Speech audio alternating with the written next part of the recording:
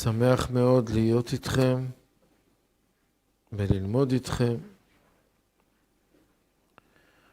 אנחנו לומדים פתיחה לחוכמת הקבלה.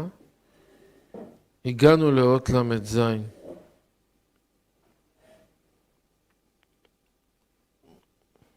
שלחתי לכם היום סרטוטים חדשים, סרטוט מספר 14. מי שעדיין לא קיבל אותם, אז יכול להוריד אותם מהתיקייה בדף של היוטיוב למטה. אז מה אנחנו רואים בסרטוט? כאן אנחנו רואים 5 פרצופים של עולם אדם קדמון.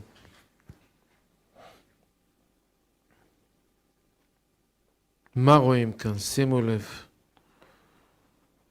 פרצוף הראשון, פרצוף גולגלתא,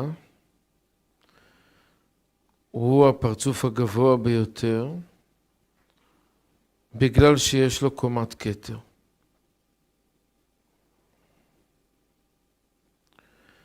יש כאן ראש תוך סוף.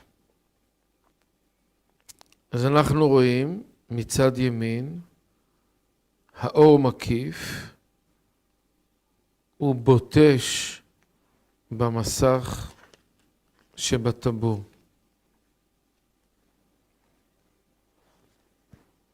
אז למדנו את עניין הביטוש הזה,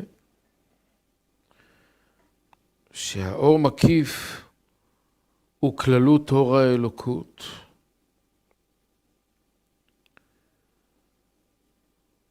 שהנאצל דחה אותו, לא רצה לקבל אותו, אז הוא בוטש מטעם שהוא כן רוצה להתקבל בתוך הפרצוף, בתוך הכלים. וזה גם נקרא ביטוש של אור מקיף ואור פנימי. למדנו שיש כאן 2 דעות. דעה אחת שנקראת האור פנימי, שהיא דוגלת במסך ובאור חוזר, שצריך להצטמצם ולקבל רק על מנת להשפיע. דעה השנייה היא דעת האור מקיף, שצריך לקבל את כל האור. כי אם הבורא רוצה להיטיב לנבראיו ולתת לנבראים אוצרות גדולים, אז הנבראים צריכים לקבל את זה. ההתלבטות הזאת בין 2 הדעות יוצרת הזדחכות.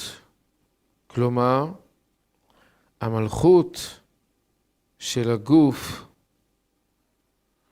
מרגישה שהסכנה פה גדולה מאוד, שיש צדק בדברי האור מקיף, ואם היא תקבל אפילו רק חלק קטן ממנו, זה יהיה על מנת לקבל, וזה יפריד אותה מהבורא. ולכן היא מחליטה שהיא לא תקבל כלום. גם לא את 10% שהיא קיבלה על מנת להשפיע. כי מה הוביל להתלבטות הזאת? זה שהיא קיבלה חלק מהאור העליון, אז היא נמשכת לקבל את שאר האור. לכן היא מחליטה לא לקבל כלום. אז אנחנו רואים שהאור מקיף בוטש. במסך שבטבור הוא מנסה להיכנס לתוך הכלי שלו, שהוא הסוף של המדרגה. ואז המלכות מפסיקה לקבל, והיא עולה למעלה, חזרה לפה. פה של הראש דגולגלתא. והוא מוליד את הפרצוף השני, שנקרא פרצוף החוכמה. שם הזיווג נעשה רק על בחינה ג'. ושם חוזר אותו התהליך, ביטוש של האור מקיף בטבור, שמוביל להסתלקות של המדרגה, עליית המלכות דגוף לפה, ויצירת הפרצוף השלישי, פרצוף סג, קומת בינה, שהזיווג שם הוא רק על בחינה ב'. אחר כך הפרצוף הרביעי, מה? קומת זרמפין, שהזיווג שם הוא על בחינה א', אחר כך הפרצוף החמישי, פרצוף בן, שיש בו רק קומת מלכות. אז תרשמו בבקשה מתחת לטור הימני בחינה ד', אחר כך מתחת לאב בחינה ג', מתחת לסג בחינה ב', מתחת למה בחינה א', ומתחת לבן בחינת שורש. כן, הסרטוט מספר 14 הוא תמונת המצב של 5 פרצופים שבעולם אדם קדמון, וכאן מתואר הסדר של יציאתם והסיבה. כל פרצוף ופרצוף חוזר אותו הסדר של ראש, תוך וסוף, ביטוש האור מקיף, הסתלקות המדרגה ויציאת פרצוף חדש.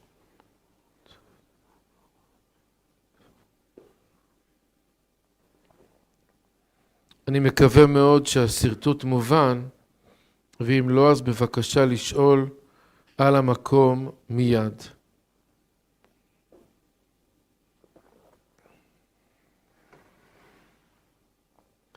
אות ל"ז. והנה נתבהר יציאת הפרצופים זה למטה מזה, הנעשית מכוח הביטוש דאור מקיף באור פנימי, שהביטוש הזה מזכך את המסך דגוף, זאת אומרת הוא גורם למסך דגוף להפסיק לקבל, להפסיק לתפקד בבחינת גוף המדרגה בפועל, עד שמחזירו לבחינת מסך דפה דראש. ואז נכלל שם בזיווג דאקה הנוהג בפה דראש, הוא מוציא על ידי זיווגו קומה חדשה של 10 ספירות, שקומה חדשה זו נבחנת לבין אל הפרצוף הקודם.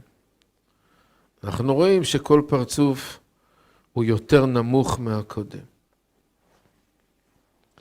בדרך הזה יצא פרצוף אב, פרצוף החוכמה, מפרצוף הכתר, והסג פרצוף הבינה מפרצוף אב, והמה מפרצוף סג, וכן יתר המדרגות בניקודים והבייה. אלא עוד צריכים להבין למה יצאו 10 ספירות דאב רק על בחינה ג' ולא על בחינה ד', וכן סג רק על בחינה ב'. דהיינו שכל תחתון נמוך במדרגה אחת כלפי עליונו. ולמה לא יצאו כולם זה מזה בקומה שווה? התשובה היא פשוטה. מכיוון שהאור מקיף גרם בביטוש שלו לביטול המסך על בחינה ד', אז ממילא המלכות חושבת אולי אם היא תעשה את הזיווג על בחינה ג' שם זה יהיה כראוי. כל פעם היא מנסה פשוט קומה יותר נמוכה, עבודה יותר קטנה ושימוש בעוביות יותר קטן. אות ל"ח. תחילה יש להבין למה נחשבות 10 ספירות דאב לתולדה של פרצוף הראשון דאדם קדמון. מה השאלה? שאלה עמוקה. כי מאחר שפרצוף אב יצא מהזיווג דפה דראש דפרצוף האלף, כמו 10 ספירות של גוף הפרצוף עצמו, גוף דגולגלתא. ואם כן, במה יצא מבחינת פרצוף האלף להיות נחשב כפרצוף שני ותולדה אליו? שאלה מאוד עמוקה. כשתסתכלו בסרטוט 14, אנחנו רואים שהתוך של פרצוף גולגלתא התפשט מהפה דראש דגולגלתא. אחרי הזיווג דאקה שנעשה בפה דראש, אז התפשטו התוך והסוף דגולגלתא. אחרי הביטוש, אז המסך דגוף עלה למסך דראש, והוא הוציא את פרצוף אב. אז זאת אומרת שפרצוף אב יצא מהפה דגולגלתא, כמו התוך דגולגלתא בעצמו. אז אם כן, למה אנחנו מבחינים אותו לפרצוף אחר? פרצוף מספר 2.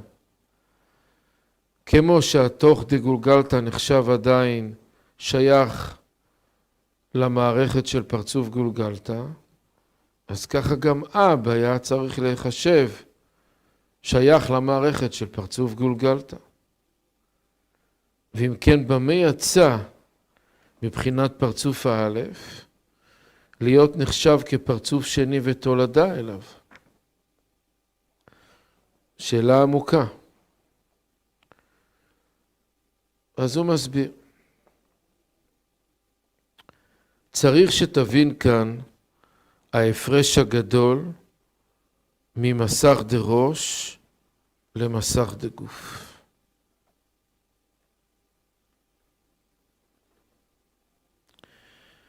אז אנחנו נסתכל בסרטוט מספר 4.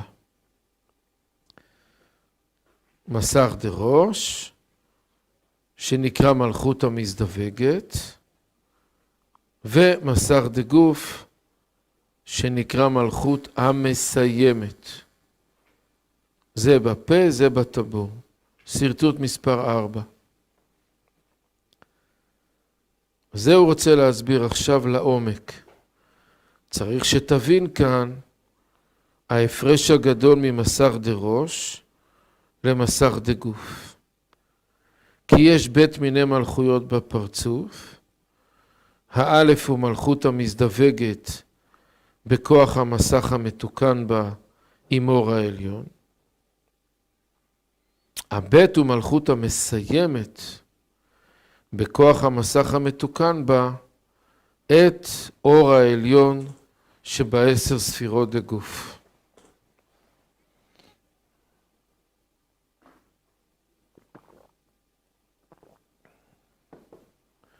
וההפרש ביניהם כרחוק מהאציל מנאצל. הפרש כל כך גדול. כי המלכות דראש המזדווגת בזיווג דאקה עם אור העליון נחשבת לבחינת מאציל אל הגוף. מדוע? כי המסך המתוקן בה לא הרחיק אור העליון עם הכאתו בו, אלא אדרבה, שעל ידי אור חוזר שאלה, הלביש והמשיך את האור העליון בבחינת 10 ספירות דראש, ונמצא מתפשט ממעלה למטה, עד שנתלבשו 10 ספירות דאור העליון, בהכלי דאור חוזר הנקרא גוף. ועל כן נבחן המסך והמלכות דראש, בבחינת מאציל 10 ספירות דגוף, ולא ניכר עדיין שום בחינת מקביל ומדחה במסך ומלכות הזאת. זאת אומרת, כאשר האורח דוחה את ההפצרות של בעל הבית לאכול אצלו, אז זה לא באמת נחשב לדחייה. כי הדחייה הזאת גורמת לאורח להתהפך להיות משפיע, ולבעל הבית מקבל. אז ההתהפכות הזאת גורמת לאורח שהוא באמת יוכל לאכול חלק מהסעודה שבעל הבית מציע לו. אותו חלק מהסעודה שהוא אוכל על מנת להשפיע נחת רוח לבעל הבית, אז את זה הוא אוכל. יוצא אם כן שמה שהאורח דחה את בעל הבית זה לא דחייה אמיתית, זה רק אמצעי בשביל לקבל בלי בושה. זה אמצעי לקבל על מנת להשפיע. לכן אנחנו קוראים למסך הזה מלכות המזדווגת. כי כל הדחייה שהמלכות הזאת דוחה את האור, זה לא דחייה אמיתית. זה רק אמצעי בשביל שהוא תוכל לקבל ועל מנת להשפיע בתוך הכלים של האור חוזר, בתוך הכלים של ההשפעה. והראיה שאנחנו רואים שהמלכות הזאת מתרחבת מינה ובה ומקבלת את האור העליון, 10%. אז זה נקרא מלכות המזדווגת. אני קורא שוב.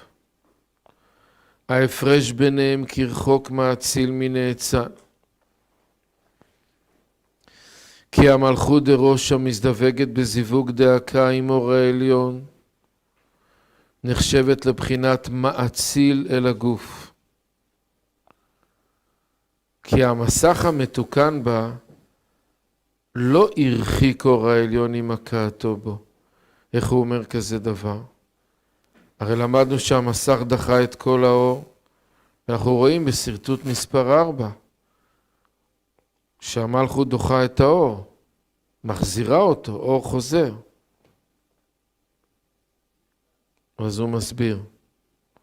אלא אדרבה, שעל ידי אור חוזר שאלה, הלביש והמשיך את האור העליון בבחינת 10 ספירות דראש.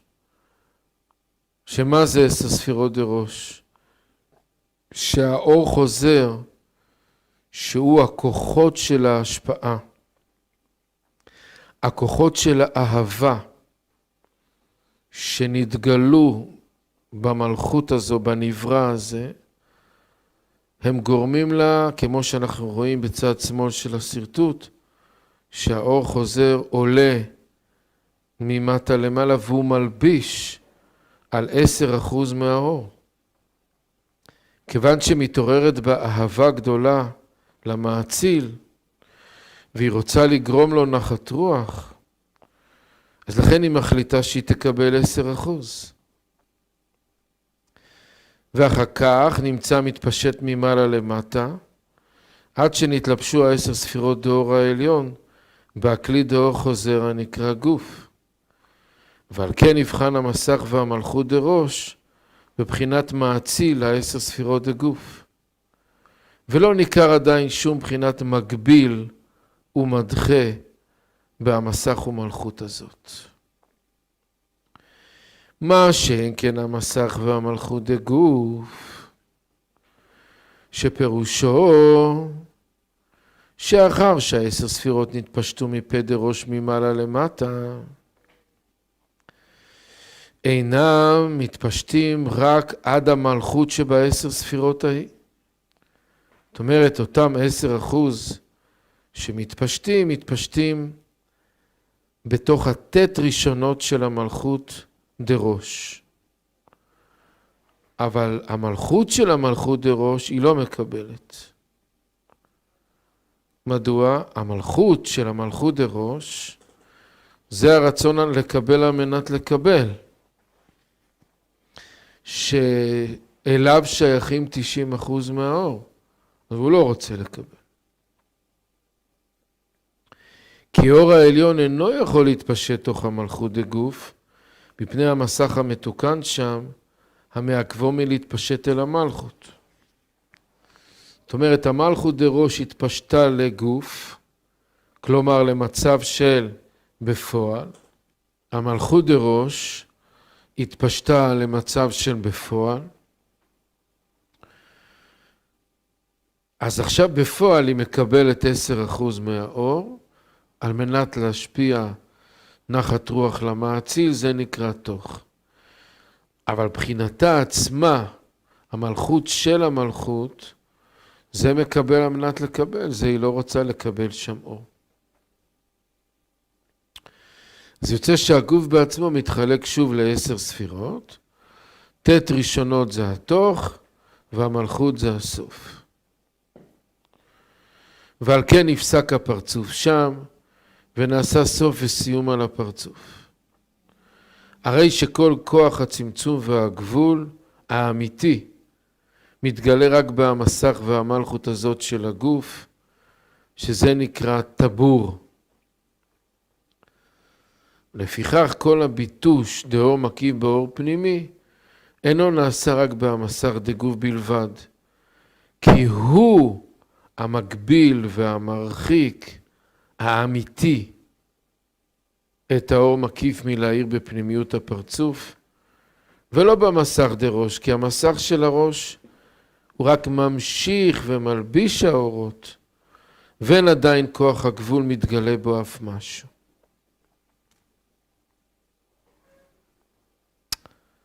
אז בזה הוא הסביר לנו את ההבדל בין מלכות המזדווגת למלכות המסיימת.